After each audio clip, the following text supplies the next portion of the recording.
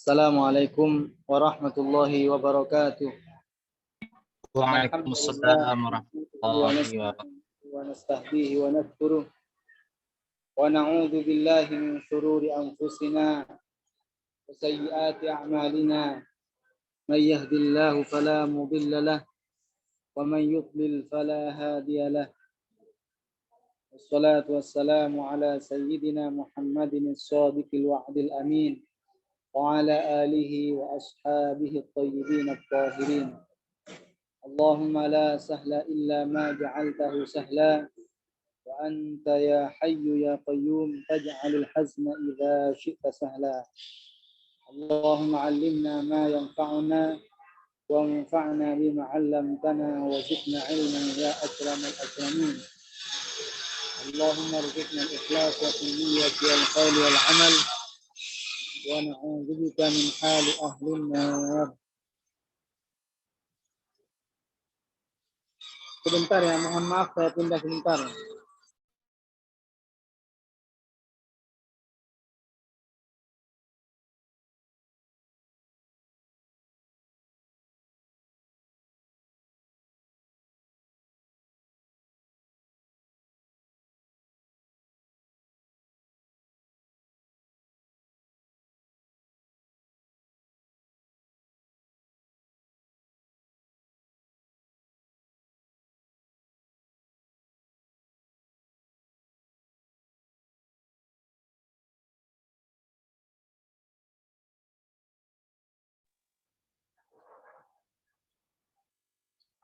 Ya, kalau banyak suara-suara gitu yang sangat mengganggu untuk kelancaran kajian kita pada hari ini. Ya, mohon dimaklumi. Tapi suara saya jelas ya? Atau enggak kedengeran suara saya?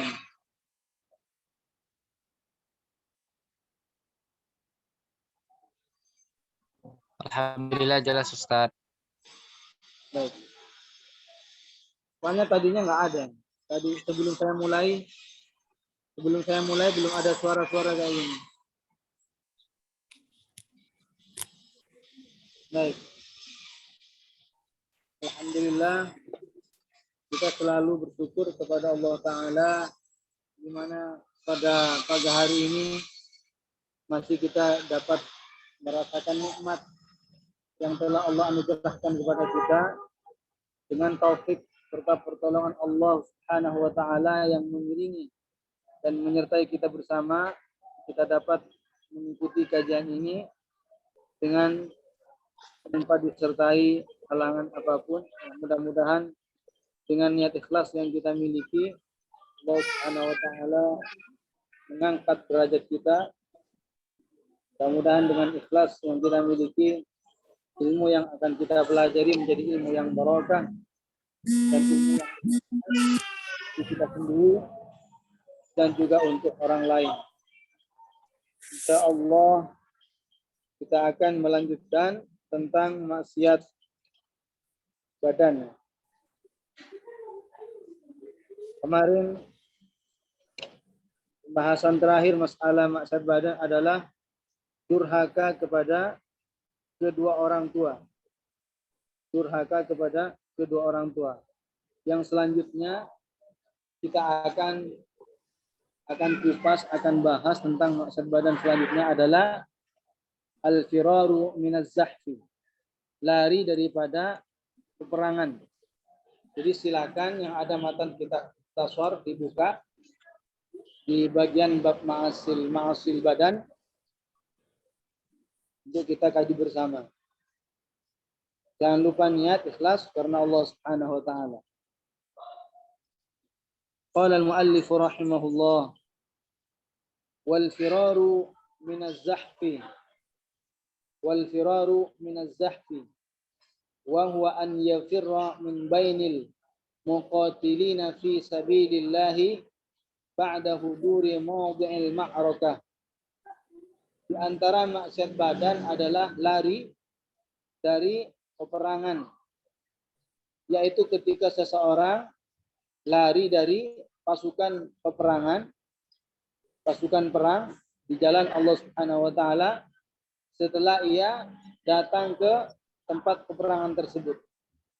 Ya, jadi ketika seseorang ikut pergi bersama pasukan orang-orang Islam untuk melawan orang-orang kafir, namun setelah orang tersebut sampai di tempat berperang melawan orang-orang kafir justru pergi, kabur, lari, maka orang tersebut telah terjatuh ke dalam maksiat badan. Ini disebut orang tersebut telah terjatuh ke dalam maksiat badan gara-gara lari daripada peperangan, dengan catatan jumlah orang kafir itu tidak 2 kali lipat. Tidak 2 kali lipat. Jadi kalau hanya 1 lipat, nah, orang Islam misalkan 10, Islam 10. Kalau seandainya sampai 2 kali lipat, yaitu 40. Ini apa namanya? Ini tidak termasuk ke dalam perbuatan maksiat badan seandainya lari. Karena melebihi daripada 2 kali lipat. Jadi kalau seandainya jumlah orang Islam 10, sedangkan orang-orang kafir 20. Maka kalau seandainya kabur maka ini hukumnya orang tersebut terjatuh ke dalam maksiat badan.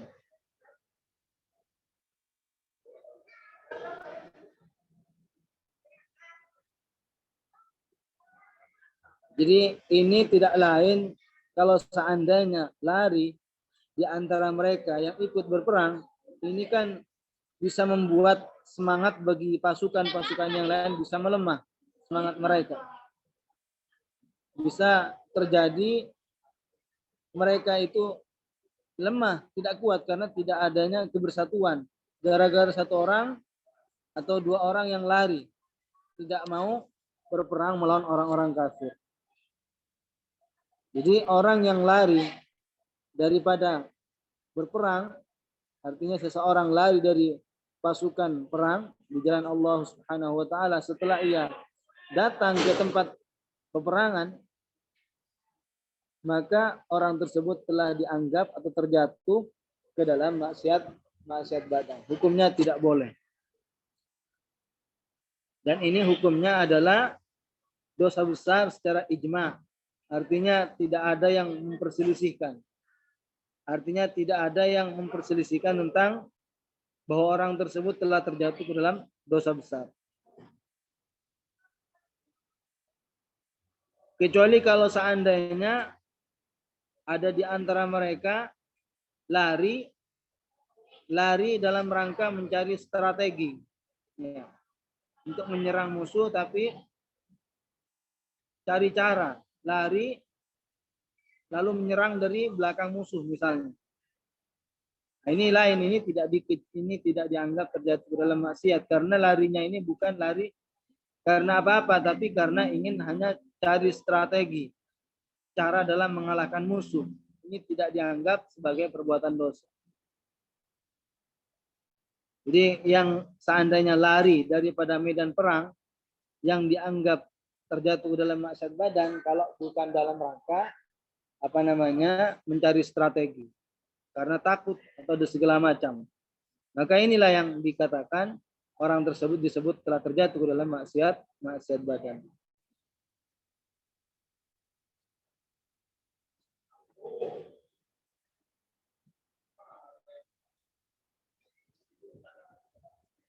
Dan kalau seandainya jumlah orang-orang kafir banyak sekali, berlipat-lipat jumlahnya banyak sekali dibandingkan orang Islam, maka ya enggak wajib harus melawan mereka. Tidak diwajibkan. Karena seandainya tetap melawan, itu kan bisa dikatakan bisa dikatakan apa? Mencelakai dirinya sendiri. Karena pada zahirnya dari zahirnya dia tidak akan mampu. dia tidak akan mampu karena yang begitu banyak jumlah orang-orang di luar Islam, musuh-musuh Islam. Karenanya harus diperhatikan. Yang dianggap telah terjatuh ke dalam maksiat badan, kalau seandainya lari, sedangkan jumlah musuhnya itu tidak sampai 2 kali lipat. Jadi kalau hanya 20, ya, itu lari, kabur dari musuh yang jumlahnya segitu, sedangkan orang-orang Islam 10 misalnya, maka itu terjatuh ke dalam maksiat badan. Tapi kalau melebihi daripada itu, maka tidak dianggap terjatuh ke dalam maksiat badan. Seandainya memang benar-benar lari. Seandainya jumlah orang-orang kafir banyak sekali, lalu kabur, lalu lari. Lari bukan karena mencari strategis, memang lari daripada medan peperangan. Maka ini tidak dianggap terjatuh ke dalam maksiat badan dikarenakan jumlah orang-orang kafir itu melebihi daripada banyak sekali dibandingkan jumlah orang-orang Islam.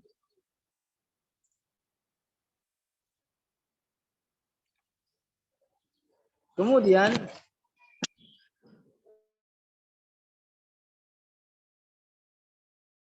maksiat badan yang adalah waqati'atur rahimi. Termasuk maksiat badan berikutnya adalah memutus silaturahim. Jadi orang yang memutus silaturahim, orang tersebut dianggap atau terhitung terjatuh ke dalam maksiat badan. Kata ar-rahim, kata rahim, silaturahim. Rahim itu siapa? Yaitu setiap orang yang dianggap kerabat dekatmu secara umumnya orang. Pada kebiasaan umumnya orang. Jadi yang dimaksud dengan memutus silaturahim. Siapa itu silaturahim? Adalah setiap orang yang dianggap kerabat dekatmu pada umumnya orang. Baik dari pihak bapak ataupun pihak ibu. Baik dari pihak bapak ataupun pihak ibu. Jadi kalau tidak bersilaturahim kepada mereka, ini disebut telah memutus silaturahim, sehingga pelakunya itu terhitung ke dalam maksiat badan. Bagaimana memutus silaturahim itu dikatakan benar-benar telah terjadi, yaitu ketika sudah menjadikan hati-hati kerabat-kerabatnya itu menjadi renggang. Kenapa menjadi renggang? Karena tidak mengunjungi misalkan, atau tidak pernah membantu, tidak pernah memberikan pertolongan, bantuan, baik berupa harta saat dibutuhkan. Padahal dia mampu untuk melakukan hal tersebut, bisa memberikan pertolongan, bisa memberikan bantuan, tapi tidak mau membantunya. Sehingga terjadi persaudaraan dan ukhuwahnya itu menjadi renggang. Nah, orang yang semacam ini telah dianggap atau terhitung terjatuh dalam maksiat badan berupa memutus silaturahim. Jadi seseorang itu dianggap telah terjatuh ke dalam maksiat badan gara-gara tidak silaturahim apabila menjadikan hati-hati kerabatnya itu menjadi renggang karena tidak dikunjungin, tidak didatangin, tidak dimainin, tidak dikunjungin, atau tidak dibantu, atau tidak ditolong saat membutuhkan bantuan, padahal mampu untuk memberikan bantuan. Maka orang tersebut yang tidak melakukan ini terjatuh ke dalam maksiat badan. Dan ini memutus silaturahim ini adalah termasuk dosa besar secara ijma. Perlu diketahui, memutus silaturahim, tidak menyambung kerabat, tidak melakukan silaturahim, pelakunya ini terjatuh ke dalam maksiat besar. Dan ini sudah disepakati oleh para ulama. Sudah merupakan konsensus dan kesepakatan para ulama. Jadi menjadikan hati mereka menjadi renggang.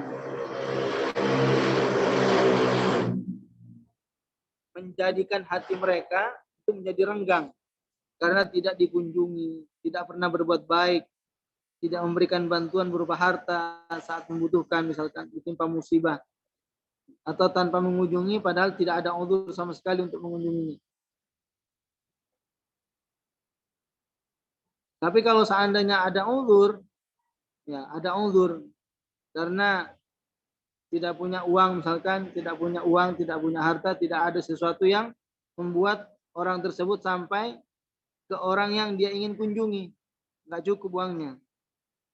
Atau ada uang, atau ada sesuatu yang dia miliki, tapi dibutuhkan untuk sesuatu yang lebih diutamakan. Ya, jadi untuk sesuatu yang lebih diutamakan, misalkan ada uang, ada harta, tapi dibutuhkan untuk nafkah istrinya, atau nafkah orang tuanya, atau nafkah anaknya yang belum balik.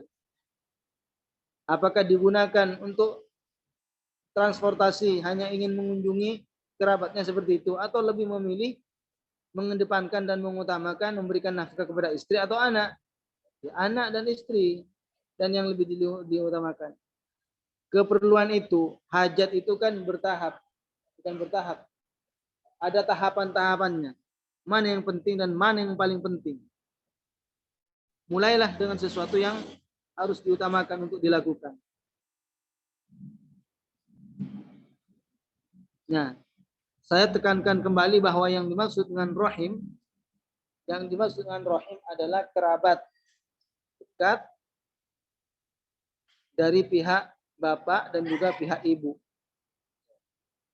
Seperti nenek, ya, nenek baik nenek dari bapak ataupun nenek dari ibu harus dikunjungin, harus ziarah, harus silaturahim. Dan ini tidak menunggu harus pas hari raya saja. Tidak mesti harus main dan kunjung ke mereka itu momen hari raya seperti hari raya, tidak mesti. Sekalipun seandainya tidak bisa main, cukup bisa menggunakan handphone, di telepon. Sudah diberikan kemudahan di era zaman sekarang seperti ini. Tanpa harus main ke rumah, bisa lewat HP, surat. Yang penting tidak sampai menyebabkan rasa asing. Seakan-akan bukan keluar kerabatnya. Karena tidak pernah dikunjungin, dimainin, atau ditelepon, atau dikirimin surat. Jadi kalau seandainya tidak memungkinkan untuk mendatangi karena jauh jaraknya, tempatnya jauh, cukup di telepon, cukup di SMS, misalnya, cukup seperti itu. Jadi nenek dari bapak atau nenek dari ibu adalah termasuk kerabat yang harus diziarahin, yang dikunjungi, tidak boleh memutus silaturahim dengan mereka. Wal ajdad, dan juga kakek. Kakek juga termasuk yang harus, tidak boleh kita memutus silaturahim dengan mereka. Harus ya berkunjung kepada mereka. Atau kalau tidak memungkinkan cukup dengan HP, telepon dan misalnya. Kakek dari bapak ataupun kakek dari ibu. Dan juga bibi. Bibi dari bapak, saudaranya bapak, bibi perempuan, itu juga termasuk yang harus dikunjungin, diziarahin. Dan ataupun bibi dari ibu. Bibi dari ibu misalnya, tetap itu mereka adalah bagian daripada kerabat. Ataupun anak-anak daripada mereka. Wa auladihinna. Dan juga auladihinna, sepupunya. Wa auladihinna, sepupunya. Artinya anak-anak mereka akan berarti sepupunya.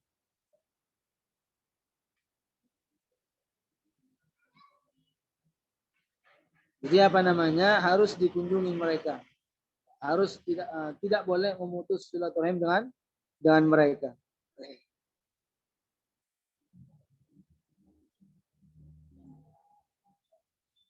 Rasulullah Shallallahu Alaihi Wasallam mengatakan, laisal wasilu bil mukafi'i, walakinnal wasila man wasala rahimahu idza qata'at. Dalam hadis ini memberikan pemahaman bahwa bersilaturahim ya, yang dilakukan oleh seseorang yang paling sempurna adalah bersilaturahim dengan orang yang tidak menyambung silaturahim dengannya. Orang ketika melakukan silaturahim ada dua kemungkinan.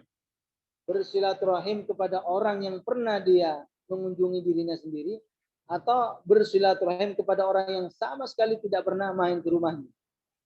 Nah, silaturahim yang paling utama, silaturahim yang paling afdal adalah bersilaturahim kepada kerabat yang tidak pernah main, yang tidak pernah ingat, yang tidak pernah kunjung ke rumahnya. Itu yang paling sempurna. Jadi kata Rasulullah, bukan orang yang disebut sebagai orang bersilaturahim dengan silaturahim yang sempurna melakukan kepada bil mukafi, dengan orang yang juga melakukan silaturahim. Walakinnal wasila, akan tetapi orang yang bersilaturahim yang sempurna adalah man wasala rahimahu. Ketika seseorang bersilaturahim dengan seseorang kerabatnya, idza qata'at, apabila kerabatnya itu memutus, tidak mau silaturahim. Kenapa dikatakan lebih utama bersilaturahim kepada orang yang tidak pernah bersilaturahim kepada kita? Kenapa disebut bahwa bersilaturahim dengan orang yang tidak pernah main ke rumah kita itu dikatakan lebih utama, lebih afdal? Karena kalau bersilaturahim kepada orang atau dengan kerabat yang tidak pernah silaturahim, itu ada unsur memerangi hawa nafsu. Ada unsur melawan hawa nafsu. Karena nafsu itu akan mengatakan, kenapa kamu main kepada orang yang tidak pernah ingat kepadamu? Kenapa kamu main kepada seseorang atau kunjung kepada kerabatmu padahal dia tidak pernah perhatian, tidak pernah kunjung, tidak pernah berbuat baik kepadamu? Nafsu akan mengatakan seperti itu. Nafsu akan mengatakan seperti itu. Tapi kalau orang yang bersilaturahim dengan orang yang juga bersilaturahim itu hal biasa. Ada orang berbuat baik, kita balas dengan kebaikan. Ada orang berbuat kebaikan kepada kita, apa biasanya? Kita balas dengan hal yang serupa. Itu hal biasa. Makanya yang pertama tadi dikatakan silaturahim yang paling afdal. Silaturahim yang paling sempurna dikarenakan ada unsur melawan hawa nafsu. Melawan nafsunya. Nafsunya itu akan mengatakan, ngapain kamu ingat sama orang yang tidak pernah ingat kamu? Untuk apa kamu perhatian terhadap orang yang justru berbuat zalim dan jahat kepadamu? Seperti itu. Padahal Islam itu mengajarkan kepada kita untuk berbuat baik dengan siapapun dalam kondisi apapun. Kita dianjurkan berbuat baik tidak hanya kepada orang yang berbuat baik, kepada orang yang berbuat jahat sekalipun kita dianjurkan. Bukankah Rasulullah Nabi kita Muhammad sallallahu alaihi wasallam ketika diperlakukan oleh orang-orang Yahudi, kafir Yahudi, Rasulullah tidak membalas dengan hal yang serupa. Rasulullah ketika dicaci, dibilang Rasulullah tukang sihir, ya kan? Rasulullah dibilang ya hal-hal yang tidak enak didengar lah. Intinya Rasulullah tidak pernah membalas dengan hal yang serupa. Begitu. Pernah dulu Syekh Ahmad Ar-Rifai, tokoh perintis Thariqah Ar-Rifaiyah, pernah bertemu dengan orang Yahudi. Orang Yahudi itu berkata kepada Syekh Ahmad, mana yang paling utama? Engkau yang paling utama atau anjing itu yang paling utama? Katanya. Itu kan hinaan, itu kan celaan, itu kan jelas adalah kata buruk, ucapan buruk.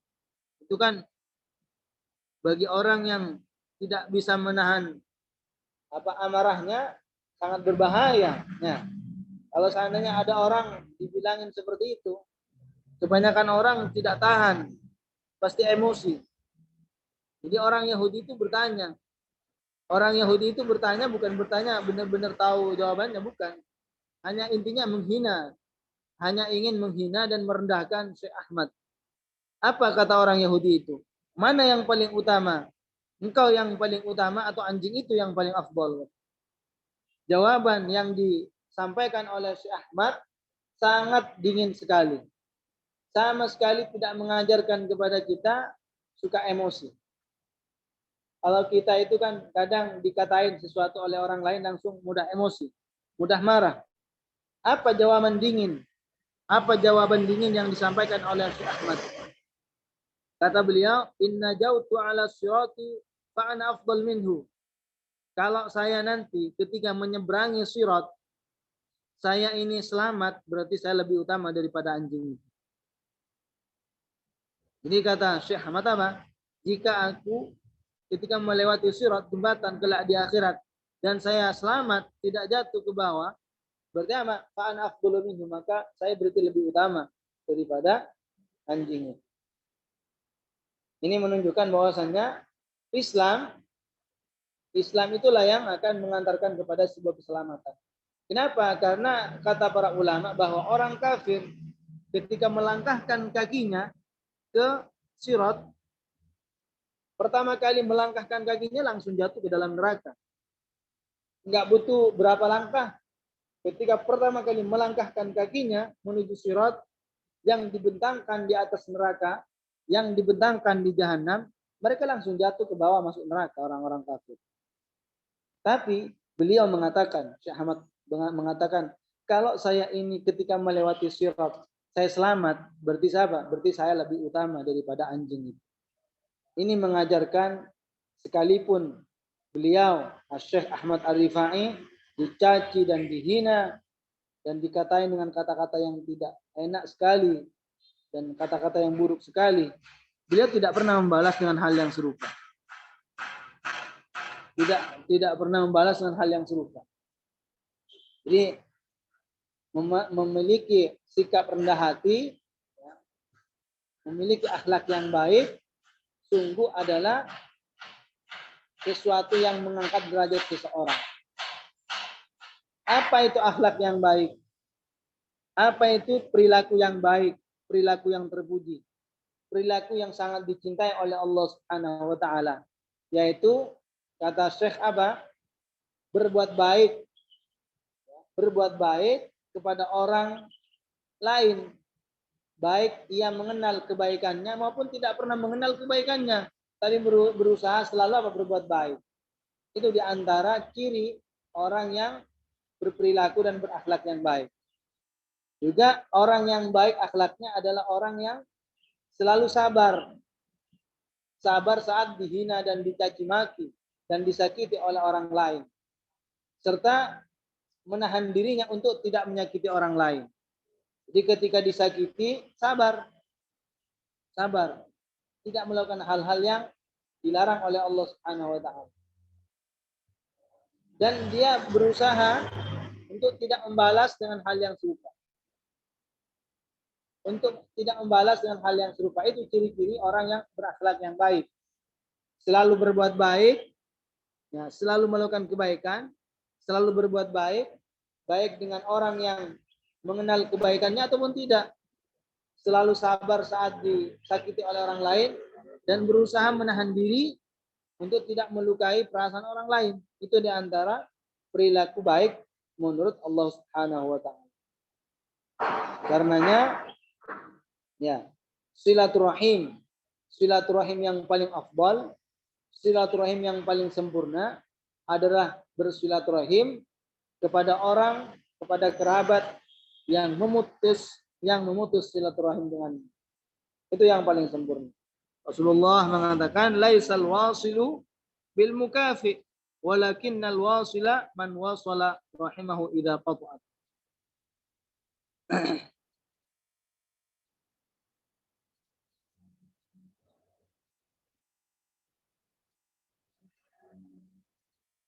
Allah Subhanahu wa taala berfirman tentang wajibnya silaturahim. Apa kata Allah? Wattaqullaha alladzi tasaaluna bihi wal arham. Ay wattaqul arhama an taqtu'uha. Artinya jauhilah perbuatan memutus silaturahim. Jauhi, hindari. Jauhi, hindari perbuatan memutus silaturahim. Wa qala ta'ala, Allah Subhanahu wa taala juga berfirman, وَالَّذِينَ يَنقُضُونَ عَهْدَ اللَّهِ مِنْ بَعْدِ مِيثَاقِهِ وَيَقْطَعُونَ مَا أَمَرَ اللَّهُ بِهِ أَنْ يُوصَلَ وَيُفْسِدُونَ فِي الْأَرْضِ وَأُولَئِكَ لَهُمُ اللَّعْنَةُ وَلَهُمْ سُوءُ الدَّارِ. Jadi ini intinya semuanya ayat ini adalah perintah untuk melaksanakan silaturahim. Jadi bersilaturahim itu tidak ada batasnya secara khusus. Dalam setahun harus main berapa kali, tidak dibatas. Intinya tidak sampai membuat renggang hati mereka dengan dirinya. Jangan sampai perasaan dan hati kerabat-kerabatnya itu merasa terasingkan, merasa renggang karena tidak pernah dimainin dan tidak pernah dikunjungin atau tidak pernah dibantu saat mereka membutuhkan. Padahal seandainya mantu sangat mampu misalnya. Ini yang seperti ini yang dikatakan pelakunya terjatuh ke dalam maksiat badan.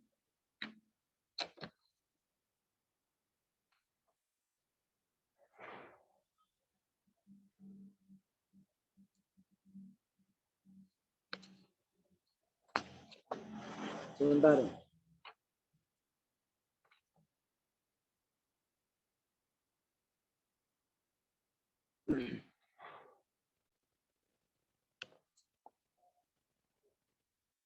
Apa kata Rasulullah dalam hadis tentang pentingnya bersilaturahim?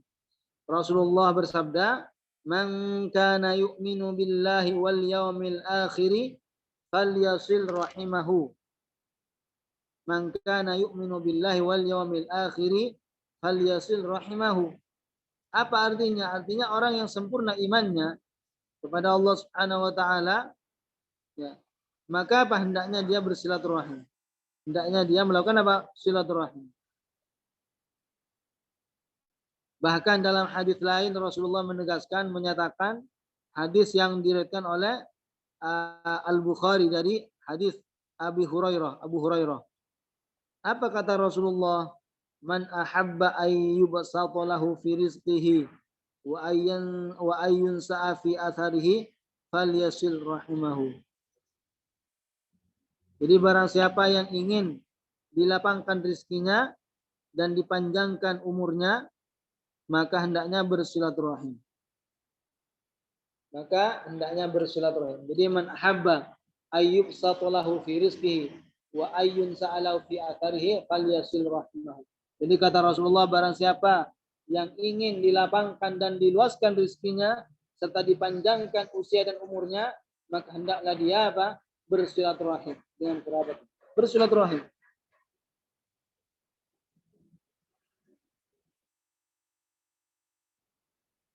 Rasulullah Shallallahu Alaihi Wasallam juga menegaskan, la yadkhulul jannata qati'un. Tidak akan masuk surga, artinya bersama orang-orang yang awal masuk surga. Siapa? Qati'un. Orang yang memutus silaturahim. Artinya orang yang memutus silaturahim tidak akan masuk surga bersama gelombang-gelombang yang awal masuk surga.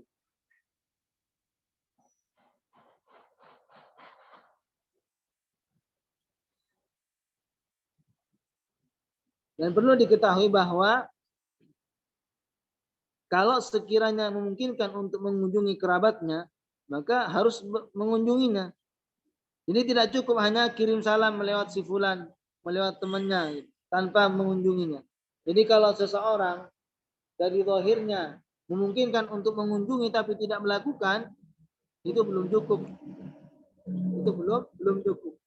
Dan tidak cukup hanya sebatas kirim salam tanpa ada keinginan untuk mengunjunginya. Hanya salam saja. Tidak cukup.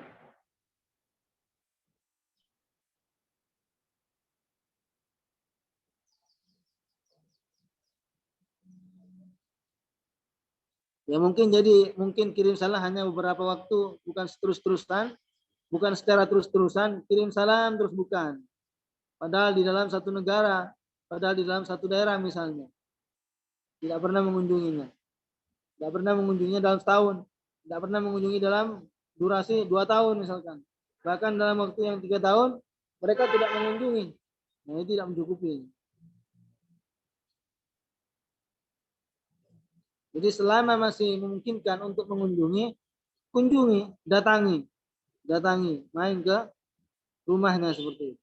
Tidak cukup hanya sebatas mengandalkan HP, mengandalkan hanya kirim salam saja ke si fulan, tolong sampaikan salam saya, tanpa main sekali. Jadi kalau seandainya masih dalam satu daerah, nggak boleh disampaikan melalui orang lain, orang lain.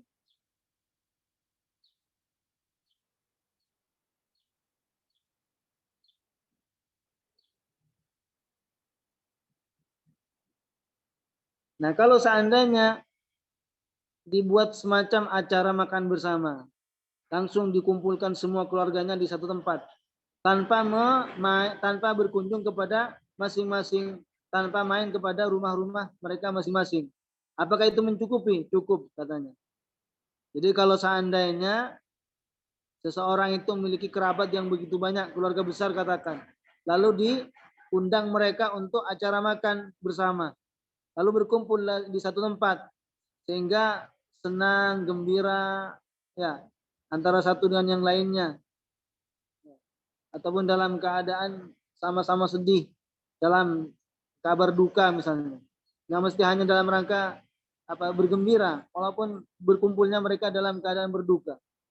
Kalau mereka ridho dengan hal yang seperti itu, jika mereka terima, artinya mereka ridho dengan perbuatan semacam itu, sudah cukup sebagai sebagai dikatakan silaturahim.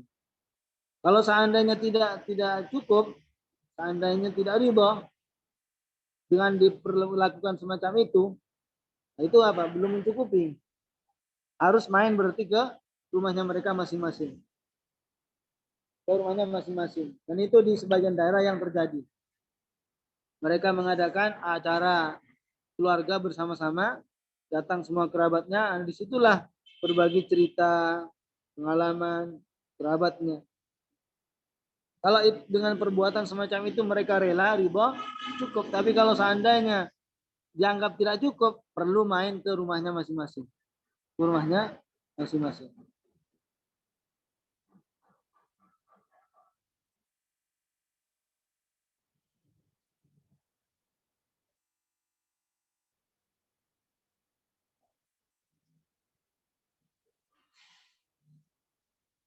Ini beberapa silaturahim yang harus diperhatikan. Jadi selain daripada mendapatkan pahala karena memang statusnya hukumnya wajib.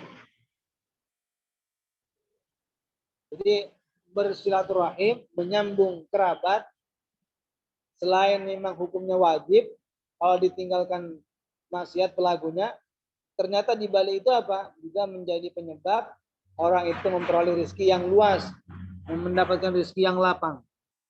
Karena Rasulullah jelas mengatakan Rasulullah mengatakan, man ahabba ayyub sapolahu fi rizqihi wa ayyun sa'alahu fi atharihi falyasil rahimahu.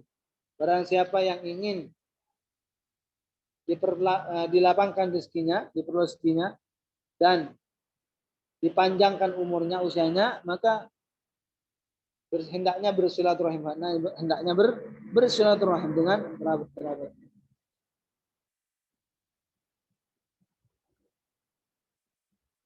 Jadi orang yang memutus silaturahim, itu menyiapkan dirinya kelak di akhirat tidak akan masuk surga bersama orang-orang yang awal masuk surga. Tidak akan bersama orang-orang yang awal masuk surga. Pasti di antara kita semuanya berharap pengen cepat, ya, termasuk orang-orang yang awal masuk surga. Tapi pertanyaannya, apakah sudah melaksanakan hal yang seperti ini?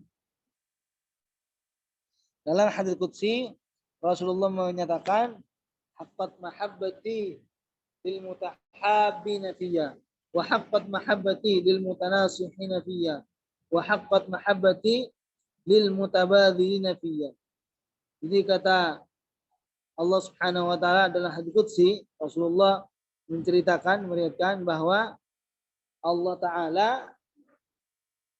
bahwa Rasulullah menyatakan, ya, meriwayatkan Allah Subhanahu wa taala menyatakan haqqat mahabbati, mahabbaku, mahabbah itu apa? Rahmat dan pemberian rahmat khusus itu aku peruntukkan kepada siapa? Lil mutahabbina fiyya, kepada orang-orang yang saling mencintai karena Allah Subhanahu wa taala. Orang yang mencintai karena Allah Subhanahu wa taala, mereka mendapatkan rahmat khusus dari Allah taala.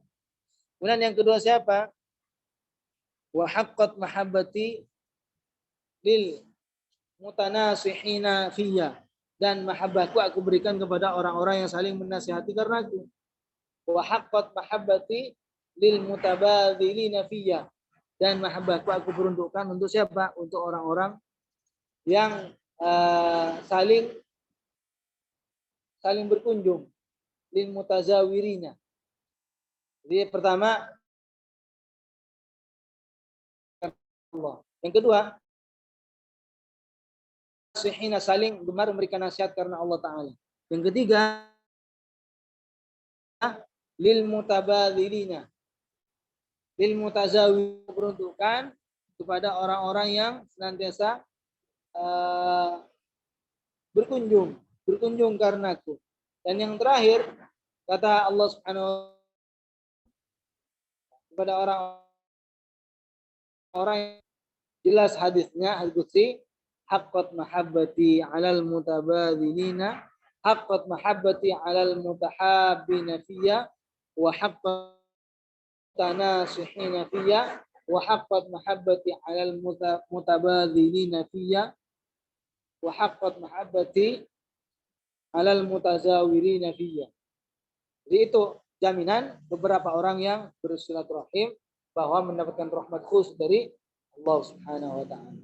Ya. Itu tentang masalah beberapa maksiat badan. Mudah-mudahan Allah Subhanahu wa taala masih memberikan kesehatan sehingga besok insya Allah pada hari minggu kemudian, pada minggu depan, hari pembahasan yang tersisa dan masih banyak sekali. Mudah-mudahan masih diberikan panjang umur, diberikan kesehatan, dan mudah-mudahan ilmu yang telah kita pelajari jangan sampai lupa. Jangan lupa murojaah dan diajarkan kepada teman-teman kita, kepada saudara-saudara kita, anak-anak tetangga atau anak kita sendiri. Sampaikan kepada mereka bahwa pentingnya belajar ilmu agama. Baik, sampai di sini. Saya kira cukup untuk sesi pertama, ya. Sesi kedua memang nggak bisa tadi. Komunikasi. Insya Allah kita ketemu kembali di hari Jumat minggu depan. Baik, mari kita tutup dengan tahlil, sholawat, dan istighfar. La ilaha illallah. Allahumma sholli ala sayyidina Muhammad wa ala alihi wa sahbihi wa sallim. Rabbi ighfirli wa liwalidayya wa lil mu'minina wal mu'minat. Assalamualaikum warahmatullahi wabarakatuh. Waalaikumsalam warahmatullahi wabarakatuh. Barakallahu fiikum Ustaz. Fiikum.